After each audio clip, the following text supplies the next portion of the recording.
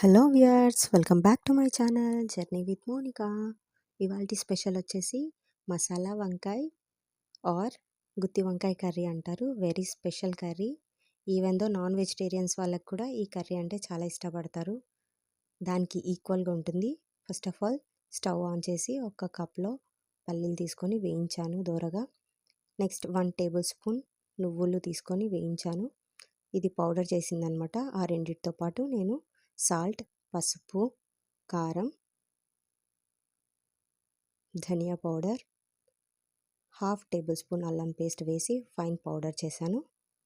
Next వంకాయలు తీసుకొని ఇలా కాట్లు పెట్టేసుకొని ఒకసారి చెక్ చేసుకోండి. వంకాయలు బాగుంది అన్నాక ఇలా మసాలా పెట్టేసేసి స్టఫింగ్ చేయాలి.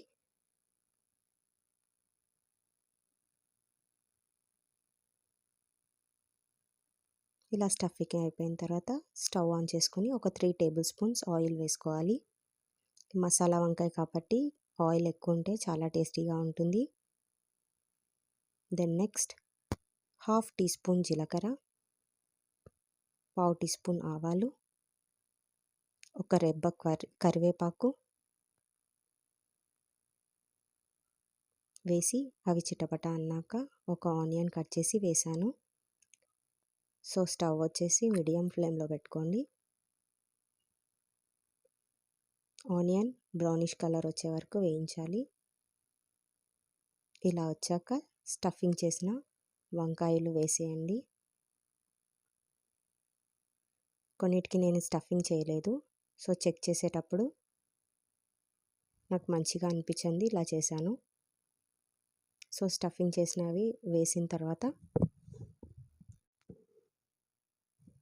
నీట్గా కలిపేసి ఒక 1/2 గ్లాస్ వాటర్ వేసి మళ్ళీ ఒకసారి కలుపుకొని లిడ్ పెట్టేశాను.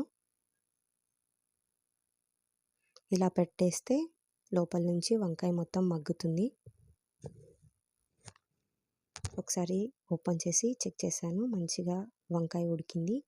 దెన్ 1/2 లెమన్ సైజులో చింతపండు నానబెట్టుకొని దాని జ్యూస్ వేసుకోవాలి.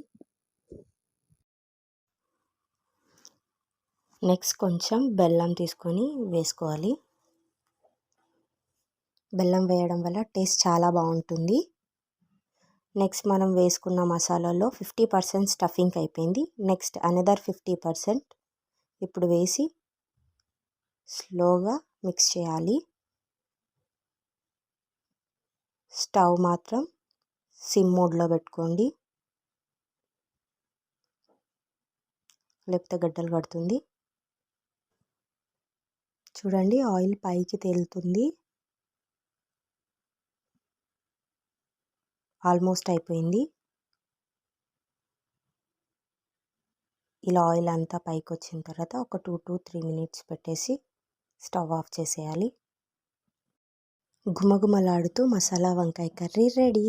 చాలా టేస్టీగా ఉంటుంది. ట్రై చేయండి. Thank you for watching. Please subscribe.